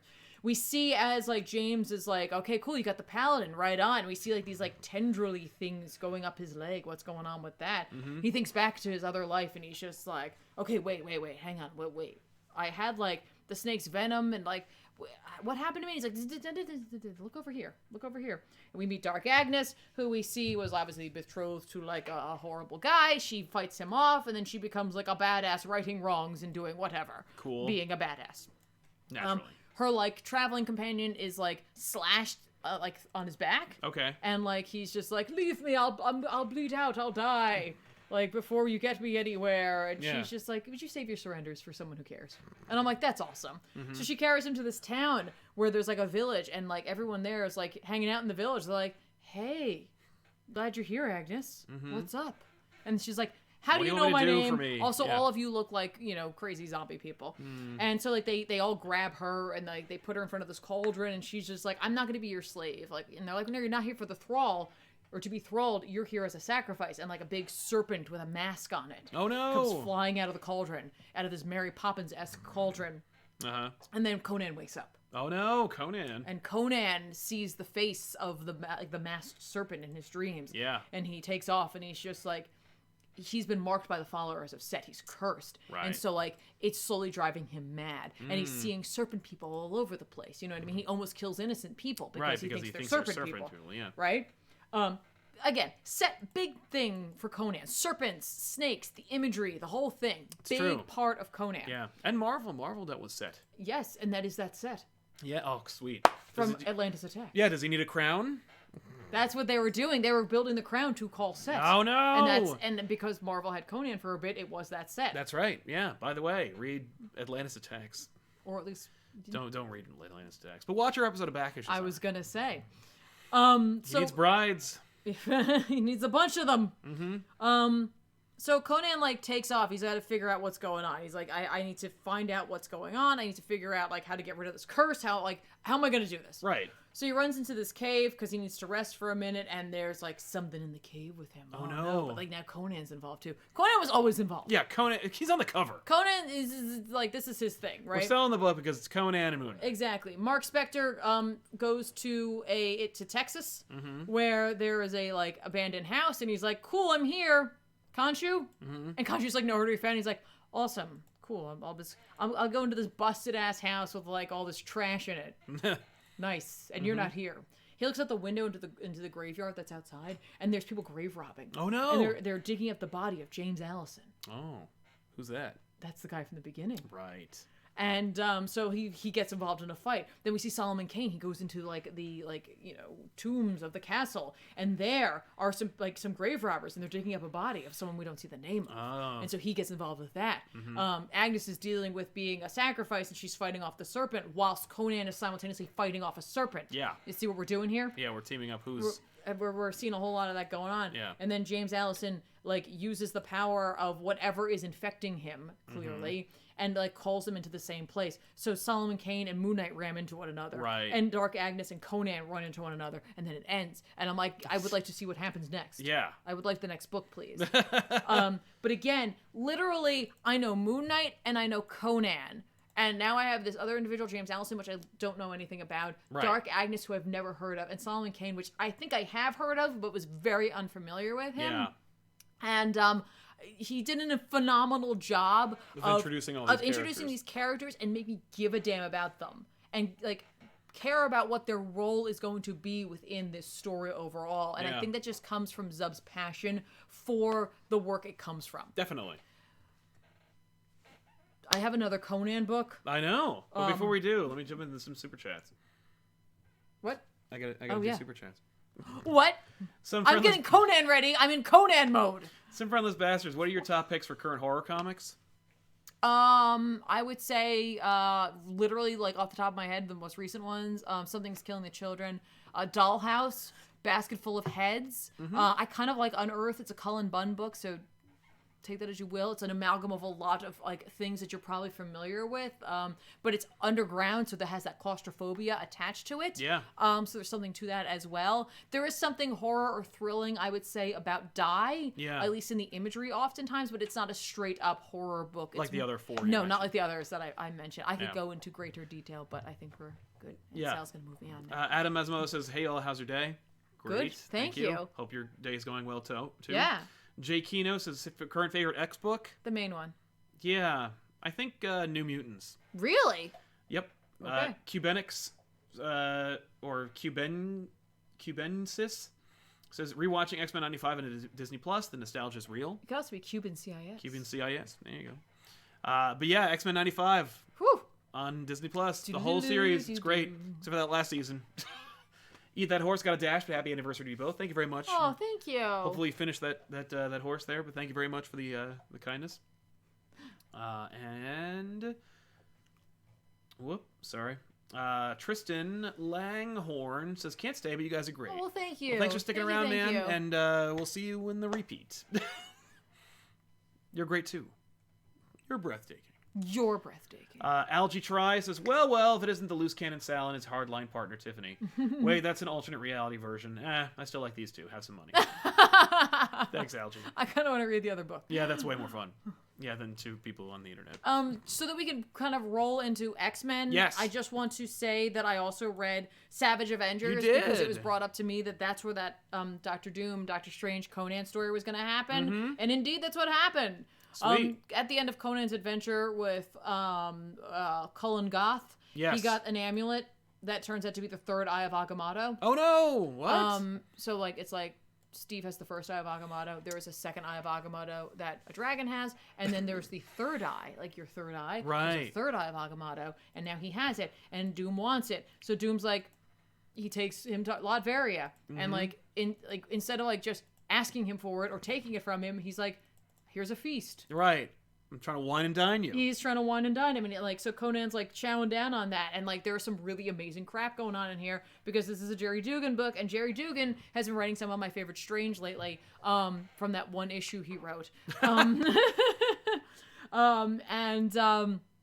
we watch Conan like chow down on this like chicken. That's turkey, I think. Yeah. Goose, maybe. I think it's a Thanksgiving thing because it is. It's a holiday kind of thing. And like Conan's like, "Will you not eat with me?" And Doom's like, "I don't fear not any poison." Yeah. Because he assumes that what it is. He's like, "I'm not afraid. I'm insulted." And I'm like, "Yeah, Conan. Conan fears no poison." Right. And and then Conan goes into the whole like, "Why do you hide your face?" Yeah. He's like, "Because I've been scarred." He's like, "I was wounded," and Conan's like, "I see. So you are vain." And I'm like, Conan just cuts to the heart of Doom. And Doom's like, He's fair enough. Been in the room with him for like 10 minutes, and he's chowing down on turkey and wine, and he's just like, "Oh, okay, you're a vain jackass. Got it." So then Doom takes his mask off, and like he sits across from Conan, and then Conan just pushes the turkey at him so that he can take a turkey leg, and they eat together. Yeah. I'm like, pretty dope. That's freaking awesome. And then his manservant comes in and says, like, hey, there's someone at the gate. It's Steve. Steve's like, hey, Don't give him the friggin' amulet. I tracked the amulet here. Victor, that's really funny that you'd want that because of course you do because you think it's really powerful, but I think we better make sure it's not, like, cursed or bad or whatever before we do that. Yeah. And Conan's, like, looking at all these swords. He's just like, hey, I don't want it because I don't like sorcerers. I just want to sell it to the highest bidder. Right. And like, Conan, Doom's like, well, I'm rich. Doom's like, that's fine. Conan seeks something higher than his station. That's fine. I got that. I can help him with that. So then they take him to where the amulet is, and Conan's hung it around the neck of a goat. Right. And he's like, the goat seems fine. It's a fine item. Yeah. And you should buy it at a high price. Yes. Steve, like, opens up the Eye of Agamotto, his Eye of Agamotto, to examine it. And, like, Doom's like, I already tested it, Steve. Right. Okay? I know what I'm doing. Yeah, get out of here. And he's just like, yeah, you think your metallurgy is going to be able to tell you what's up? He's just like, I think there is a great power to this. And I there's a dark energy. And, like, you know, Doom's like, I fear no power.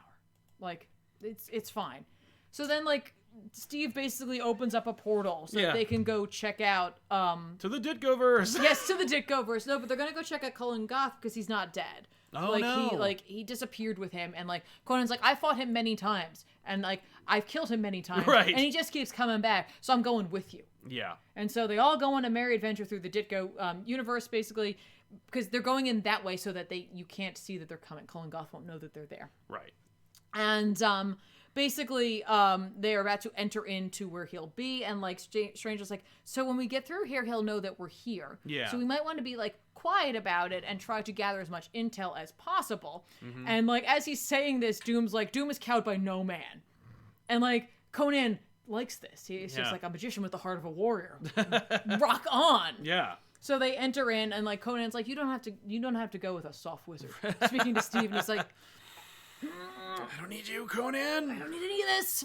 He's like, we'll go in quietly, Conan, all right? And we just see Conan immediately jump into battle, and he's just killing people left and right. Yep. And, like, I love this moment between Steve and Doom where they're looking at him, and Steve's just like, he's effective. Doom's like, he is that. Yes. Like, they're not doing anything. Conan is just wrecking everyone's day. Right. And, like, they run on, they make their way, like, to where Cullen Goth should be. He's not there. And, like, Conan's like, all right, here's the deal. We'll set a trap. He's not here right now. So here's what we're going to do. You guys go clean up all the bodies. I'll put on their garb. Right. And pretend to be one I'll of their do a guards. Conan adventure. It's going to be great. And, like, Steve's like, he's growing on me. And I'm like, yes. This is fun. Finally, the Steve, like, Conan book I want is going to happen.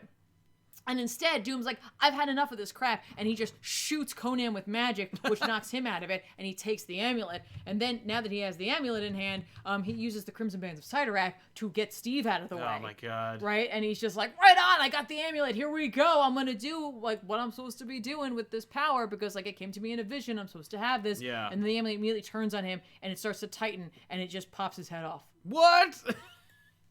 And then Cullen Goth shows up. And he's just like, cool. Haha. Hey guys, Yeah. Conan, Strange, we fought before. Because Yeah, Strange has what are you fought doing Cullen here?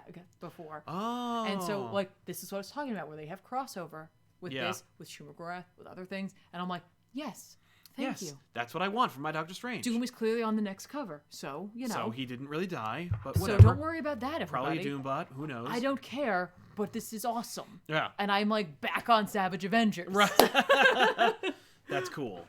That's nice. So, there you go. Yeah. And finally, before we wrap up, by the way, hashtag Bloodshot. Oh, I dropped some stuff. Win the first 3 issues, I think, of Bloodshot. Newest volume. With some stuff in Comes the back. out on Wednesday. You can get it. And you'll get a sticker! And you get a sticker or something. It'll be fun. Some kind of sticker! Yeah. Hashtag Bloodshot. Randomly selected. Sorry I started shaking those at you guys. That's okay. And yeah, X-Men, number 3 from Hickman and Lanil Yu. X-Men number 3, subtitled, Thank You for Being a Friend. Oh my god. X-Men versus the Golden Girls. Which I think other people, I'm sure, have made that call, but I'm reading this and I was like, I would really like to see this revival. Yeah. The long story short is that they can't access the Savage Land, the X-Men, that is. Yeah, because, like, the Savage Land is, like, growing crap. Mm-hmm. And, like, all of a sudden, like, these, like, hazmat-suited, steampunkian-looking individuals come through there and use this green goo to take out the mutants there. Yeah.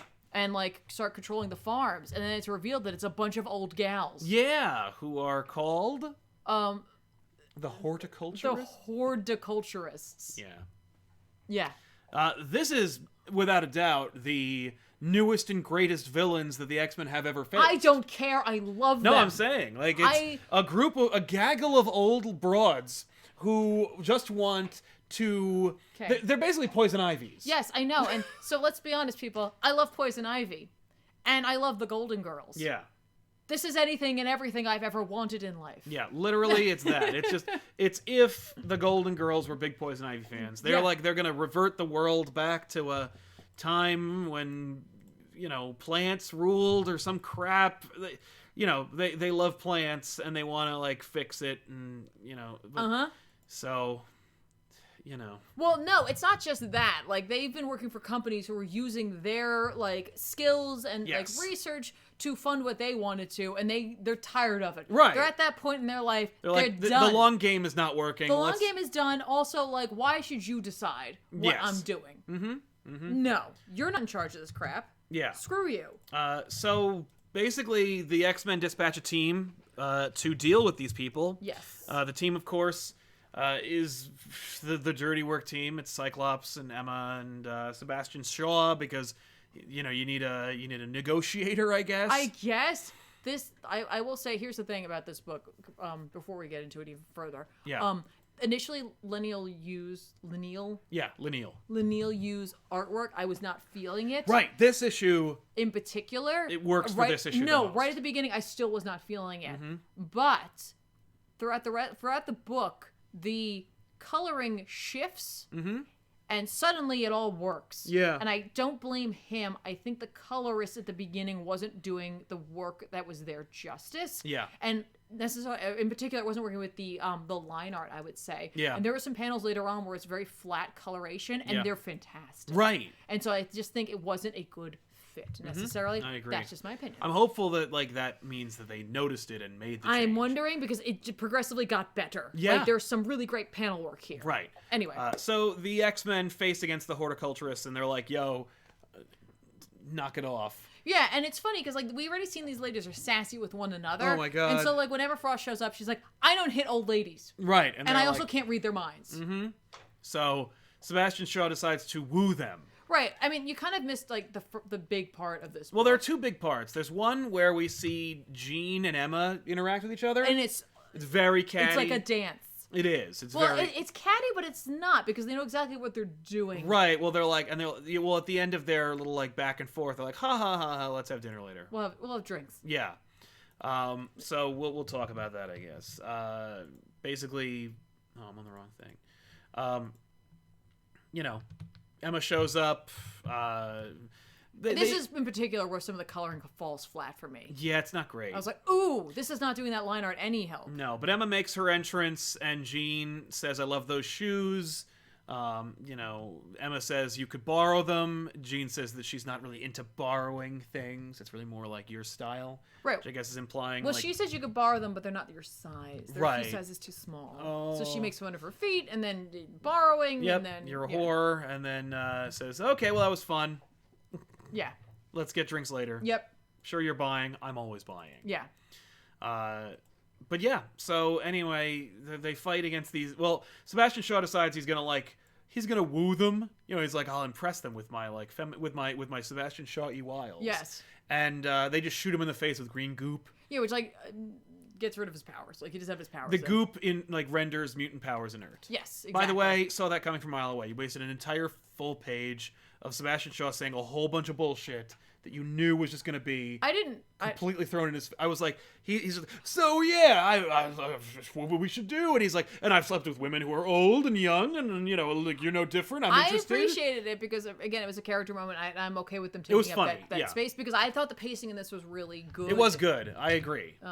No, but yeah. And then the snare drum happens. They knock him on his ass. What I don't understand is how they get away. Because, like, Cyclops blasts them. One of them says, like, oh, you broke my hip. He's like, oh, I'm sorry. And then they take him down. And they try to take out Emma. They give them their spiel about their whole backstory. Yep. And then they leave. Yeah, well, what are they going to do? I don't know. Like, what is Emma gonna do? They're just gonna blast her. Right. Well, So, she's she diamond, knows so that. she could punch them or something. Right, you know, but they have long range. They will hit her. There's It's 4 true. of them with these green goop guns. It's the goop guns. That They really will are the get problem. her, and Yeah. then she won't be diamond anymore. Right. And they've already ruined her self-esteem. That's true. Like, Yeah. they zing her in a way that only an old lady can. I loved it too because there's a great because like they won't curse either, No. which took me a little bit because some of them like they bleeped out for themselves. I was like, wait, what? yeah. What are you saying? Yeah. But yeah, no, I love it. They call her an S word with a serious P word problem. You Yeah. need to wash yourself. Yeah, they call her a tart first. Yes, which is great. Yes. But Emma's friggin' reaction is the stuff of legend. It is. Where she's just like, This is a meme. what? And like Cyclops is clearly trying to keep it together. Yeah, you know he's gonna like start laughing any second. Yeah, he's just like, no! I can't. I'm gonna tell Jean this later. Yeah, exactly. Emma's gonna take that out of his head later. Yeah. Like, I'm gonna do a little Morty's mind blowers Yeah, on you. that didn't happen. These old ladies didn't get one up on me. Mm-hmm. But yeah, so Cyclops got gooped. Yeah. Shaw got gooped, and then Emma tells the council like, we got a new problem. Yep. And they live in Florida, and They're gonna go on the lanai. yeah. But the horticulturist. Was this ridiculous? Yes. Very. Can I see that some people probably will see this as stupid? Totally. Sure. But it's like this is what this is the thing that Hickman's doing with this series, where he's Right. like, look at the these are the listen. If I wasn't gonna just flip the whole universe over on its ass again, like if it wasn't gonna be a big thing at the end, Yeah. this is the life that the X-Men would deal with, where it's like they're dealing with their island. The island just banged another island and made a bigger island. Like there's the horticulturist. Like I'm creating new characters. But what I think he's also doing is he's throwing all of these like balls in the air. Yes. That we don't know which one is the actual issue. No. And so there's something about that because there are things here that could be completely like a throwaway. and we'll never see it again, or there could be things that could be developed later on. Yes. And I think that's kind of smart because he is doing this almost this magician act here where he's just like, oh, look at this, look at this, look at this, look at this. Yeah. So you never see what's coming. That's right. And I'm like, that's admittedly really Well, cool. and you'll be surprised by how they'll all tie into each other. Yeah, and I really did like these characters. Yeah, they're fun. I was like, all right, these are fun. I had a really good time with it. I truly enjoyed it. It was my favorite X title of the week. Right, easily. For me. But again, I totally get where someone might have an issue with them. Big time. I completely can see it. Especially if you've been excited about the fact that that X-Men's back in a big bad way, and Yeah. then they're like, and they fight old ladies. right now they are very capable and they're smart Right. and they're plotting and you know what I mean? Yeah, well, it's just like, listen, I'm doing a new era of X-Men. They're not gonna fight Mr. Sinister and Magneto and Apocalypse. Yeah. So what are they gonna fight? Like, they can't just be robots again. No. So it's like, look at this is the new era of X-Men villains, and it's Right. like it's a joke because they're old ladies, but but if they were sexy and young and thin and had like crazy outfits, you'd love it. Yeah. So it's like it's just that. It is just that, but it's also dealing with they're having antagonists come from every side of what the X-Men are dealing with right now. From the genetic side, from the avoiding AI Yeah. side of it, from the nature side of it now Right. with these women, and from whatever the hell Apocalypse is doing. Exactly, which we will find out Yeah. nearby.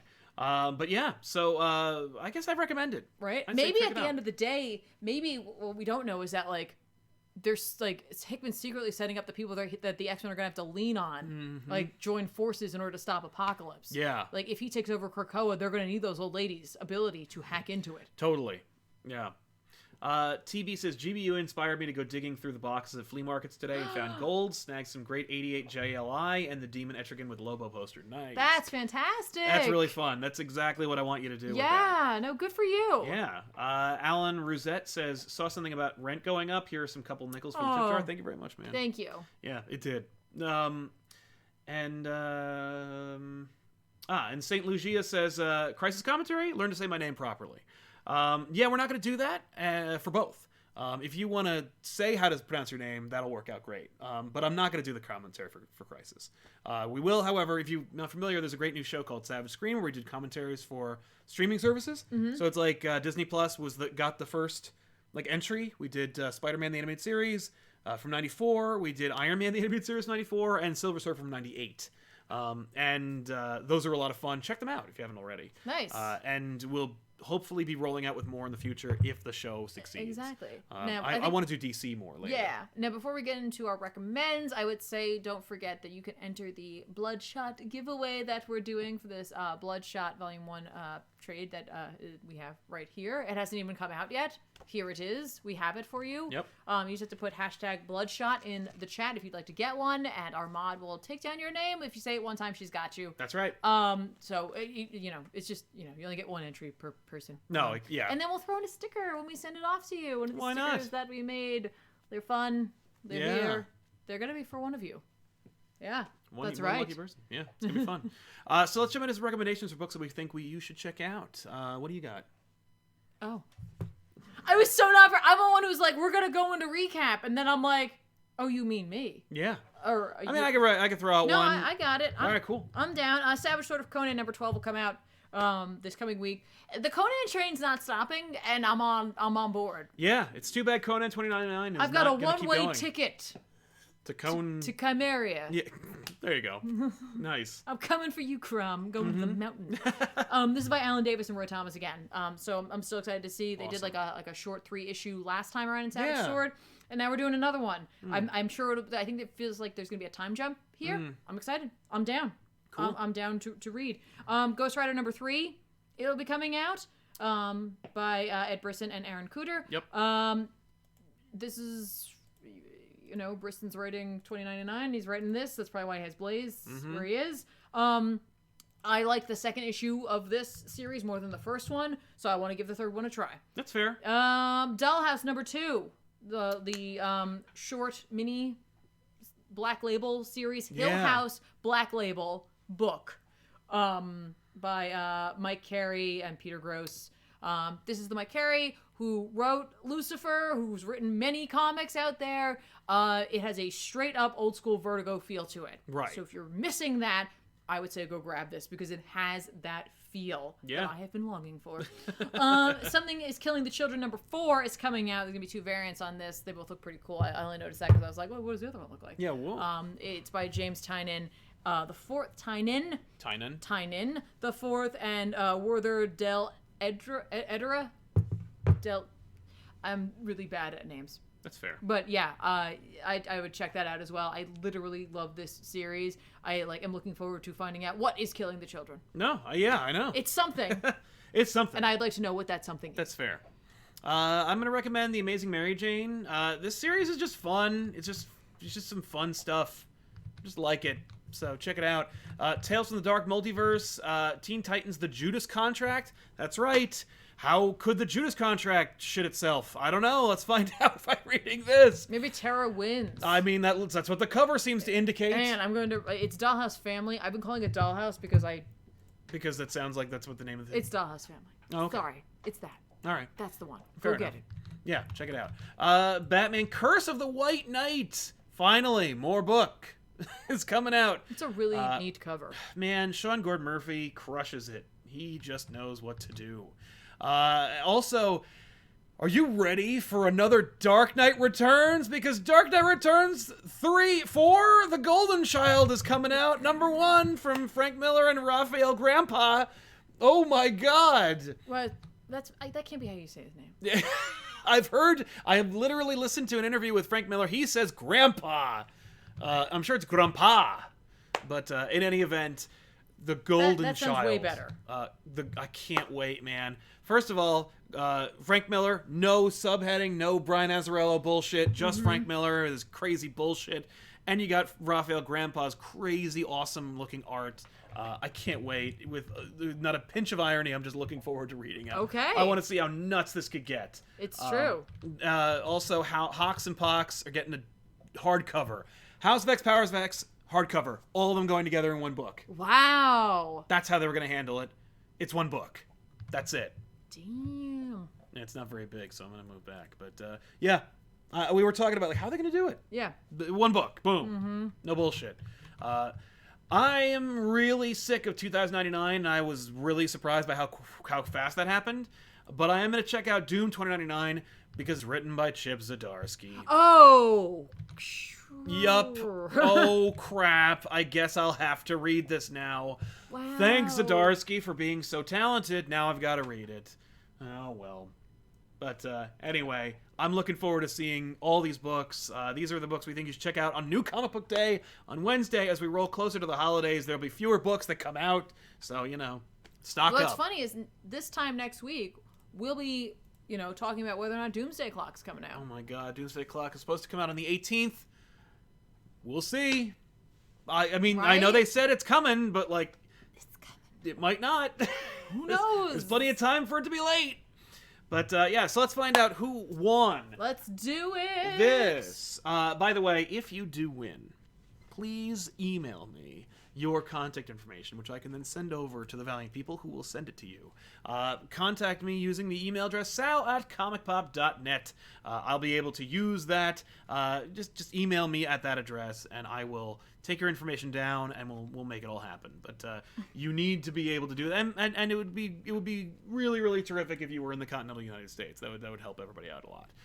But yeah, so shoot me an email when you win, whoever it is that has won this contest. A winner has been chosen according to our mod Danielle, and that winner is Charlotte Hefke, or Hefke. Charlotte Hefke, congratulations, Charlotte. You have this, and maybe one of these. I handed these to them. You got this. Congratulations, You didn't Charlotte. hold these the whole time. Hefke. I'm sorry. We're bad with names. Yeah. So much so that I just ask people when I meet them, just spell it out for me phonetically. Give it to me like that. Exactly. I need it. But yeah, Charlotte Hefke, congratulations on winning the Bloodshot book. Once we get a confirmation that you have won, hey, we did! Congratulations, that's great. So yeah, email me sal@compop.net, and I will take down your information and send it over to Valiant. Make sure that you get what's coming to you. That sounded ominous, but it's not. Just getting a comic. But yeah, so there we go, everybody. We'll see you guys next time. By the way, before we go, we're gonna do another giveaway next week. For the next 3 weeks, we're going to be doing Valiant giveaways. So if you didn't get a chance to win this time, come back next week. We'll do a different hashtag, but come back next week. We'll do another giveaway where you will get not only a sticker, but also a comic from your good people at Valiant. So congratulations to Charlotte Hefke for succeeding in winning by random selection. Yeah. Please email me, sal@compop.net, and I will get back to you as soon as I can. You're in Germany. Okay, well, we'll make that happen anyway. That's We'll see fine. what happens. Make it work. But yeah, so thank you very much, everybody, for watching. Don't forget to like this video, subscribe to our channel, click the bell to get notifications, click all notifications to actually get those notifications. Sign over your firstborn child, fill out a change of address form, and then shine a light in the sky, and then you'll get a notification that a video came out on this channel. But we want to thank you so much for hanging out with us, of course, in the live episode of Off the Rack. Yeah. And we'll see you guys next time with an all-new episode. Stay tuned this week. We're looking forward to doing more and more videos for you, and there's more to come. So That's right. Stay tuned. Thank you to everybody for the anniversary wishes. Yeah, that was very, very sweet of you. Thank you all so not much. only just today on social media in general, but also in this chat. You guys are so wonderful. So thank you so much for that. Yeah, thank you so much. And we'll see you guys next time with an all-new episode. I'm Sal. And I'm Tiffany. So long, everybody. Bye, guys.